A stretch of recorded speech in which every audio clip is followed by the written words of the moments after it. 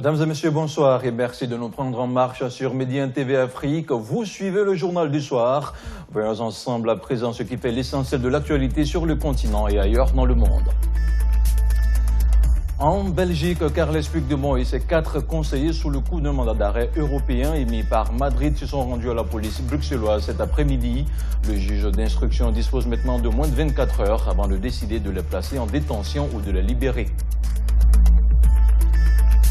Vague d'arrestations en Arabie Saoudite, 11 princes, plusieurs dizaines d'anciens ministres du gouvernement et 4 ministres en exercice ont été arrêtés samedi soir. C'est la chaîne Al Arabiya qui a révélé l'information.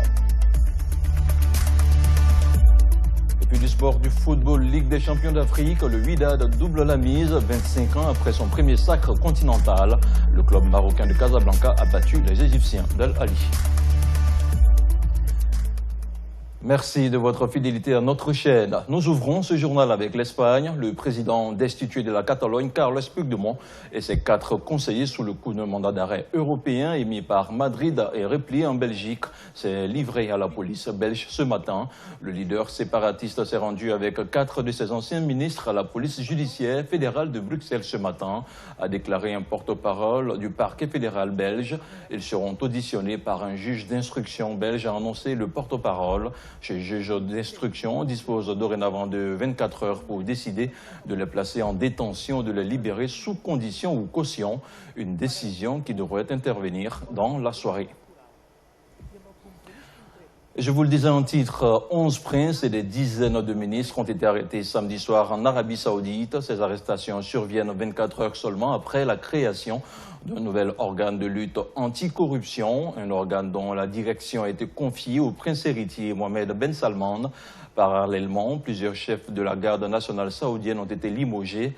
Selon la chaîne Al Arabiya, ces personnalités ont été arrêtées alors que la commission a lancé une enquête sur les inondations qui ont dévasté en 2009 la ville portuaire de Jeddah, où des pluies torrentielles avaient fait une centaine de morts. La nouvelle est tombée hier à la surprise générale. Le chef du gouvernement libanais, Saad Hariri, a annoncé ce samedi sa démission. Il a accusé le Hezbollah chiite et son allié iranien de mainmise sur son pays. Son père, Rafik Hariri, qui fut également Premier ministre, a été assassiné en 2005. Anissa Araou revient sur les conséquences de cette démission inattendue. La pression aura eu raison de lui. Le Premier ministre libanais, Saad al-Hariri, a créé la surprise en annonçant sa démission en Arabie Saoudite. Sa déclaration a été retransmise par la chaîne Al Arabiya.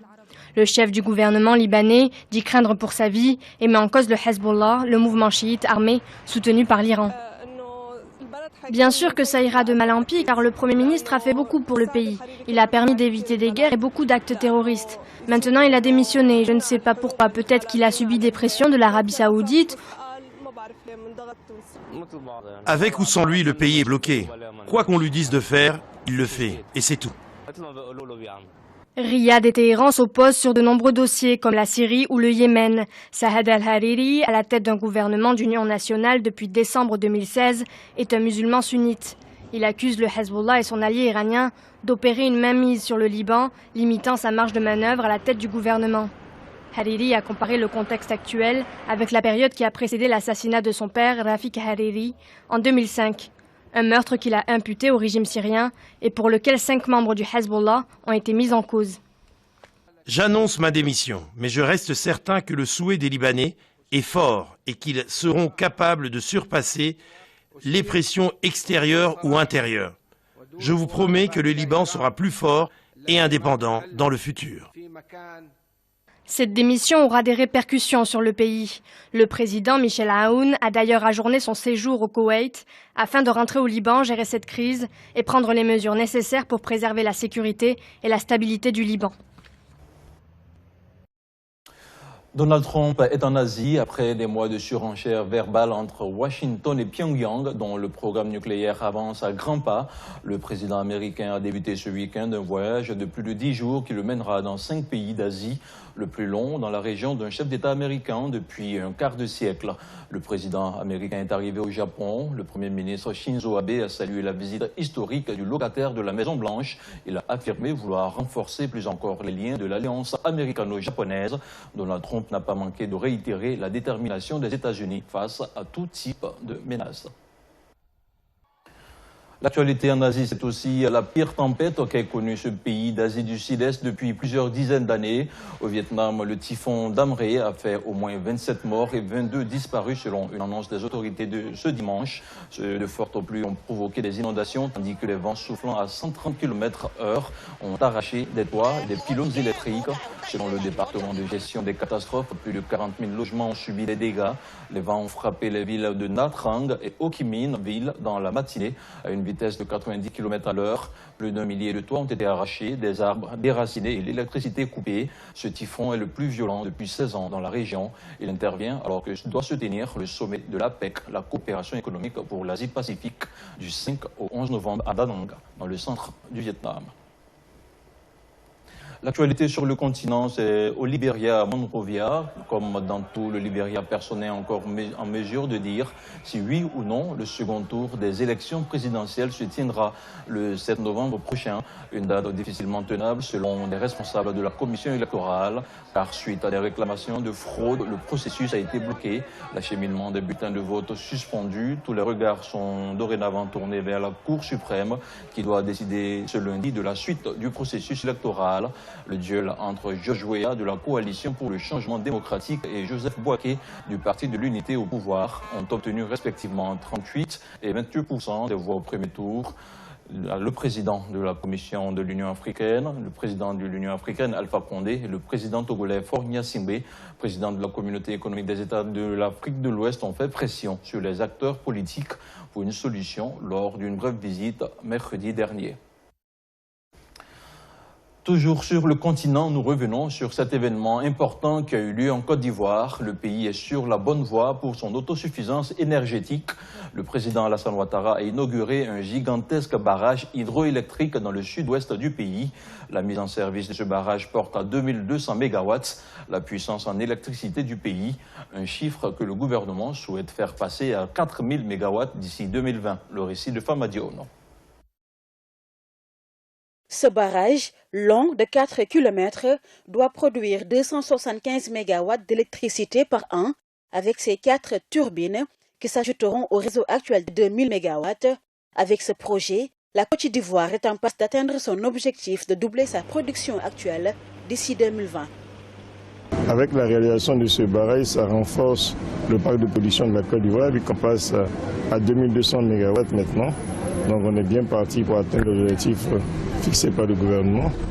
Deuxièmement, ça renforce aussi tout ce qui est donc capacité de production pour la consommation locale, mais également ça renforce notre position aussi au niveau donc des exportations.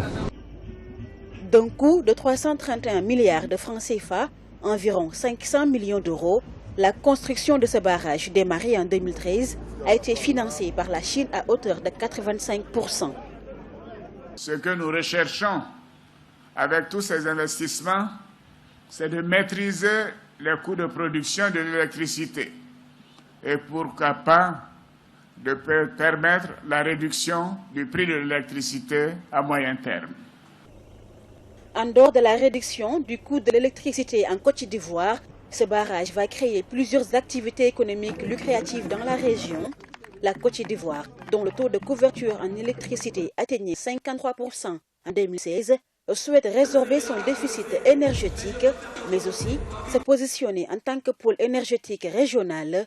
Le pays exporte déjà 15% de sa production dans la sous-région. Le 7e art a également de la place sur Médian TV Afrique. En Tunisie, les journées cinématographiques de Carthage ont démarré. Elles renouent avec les principes fondateurs qui redonnent au cinéma du Sud sa place capitale. Au total, 51 films de 27 pays arabes, africains et étrangers participent à cette nouvelle édition. Près de 1000 spectateurs pourront voir 60 projections par jour au cours de 9 jours de festivités. Najwa Béchoua pour le compte-rendu. Des cinéastes, des stars, des acteurs, des artistes venus des 4 coins du monde saluant le public en passant sur le tapis rouge pour assister à la 28e édition des journées cinématographiques de Carthage. C'est vrai que les journées cinématographiques démarrent avec une âme africaine, mais cela n'empêche pas la participation des autres continents tels que l'Asie et l'Amérique latine. Et cela nous permettra de gagner de nouveaux marchés culturels. C'est un festival qui joue pleinement sa fonction d'être un lieu de rencontre et de confrontation des œuvres et des idées, mais aussi un lieu pour stimuler la progression du cinéma africain comme moyen d'expression. 51 films de 27 pays arabes, africains et étrangers seront en lice dans les 4 catégories de la compétition officielle. Cette nouvelle édition se veut tricontinentale à travers un focus particulier qui mettra à l'honneur 4 pays dans l'Afrique du Sud. Les JCC ont vraiment leur utilité parce que ça donne un état des lieux des cinématographies des Suds. Et je trouve que c'est intéressant, cette réunion comme ça, à la fois de l'Amérique latine, de l'Afrique, de l'Asie, pour dire que quelque part le cinéma est universel. Le festival prévoit ainsi des journées spécifiques à chaque pays avec des animations de rue pour faire découvrir les différentes facettes de ses cultures. Carthage 2017 offrira à ses téléspectateurs un voyage dans un univers de création artistique arabe et africaine. Arrivera-t-il dans cette nouvelle édition à retrouver ses lettres de noblesse? C'est ce qu'on va découvrir durant le festival. Najwa Bécha, Médien TV, Tunis. Du sport, du football avant de refermer ce journal. C'est dans un stade plein à craquer devant un public enthousiaste que s'est déroulé samedi la finale retour de la Champions League africaine. Le Wydad de Casablanca était opposé au club égyptien d'El Ali au coup de sifflet final. C'est le Wydad qui l'a emporté. Le club de Casablanca accroche au passage son deuxième trophée continental. Le récit d'Anoussa Araou.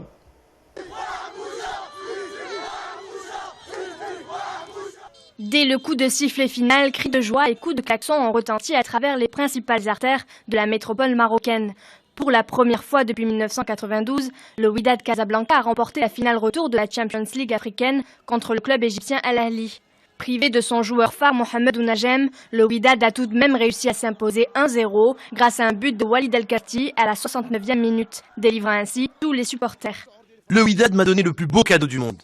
Ils ont joué, ils se sont battus comme des lions et ils ont rendu tous les Marocains heureux. C'est la joie des Kazaouis, mais aussi de tous les Marocains. C'est un signe positif pour les autres compétitions. J'espère vraiment que le 11 novembre, on va se qualifier pour la Coupe du Monde. Pas moins de 45 000 supporters se sont réunis à Casablanca, dans l'enceinte du stade Mohamed V. Et les forces de l'ordre se sont déployées en masse pour canaliser au mieux les fans des Rouges et Blancs. De nouveau sur le toit de l'Afrique, le champion du Maroc a pu exulter. Aucun club du royaume africain n'avait soulevé la Coupe africaine depuis 1999 et la victoire du Raja Casablanca, grand rival du Wydad. Belle consécration du Wydad de Casablanca qui a été félicité par le souverain, le roi Mohamed VI. C'est ici que se referme ce journal. Merci à vous tous qui l'avez suivi. Excellente suite de programmes sur notre chaîne.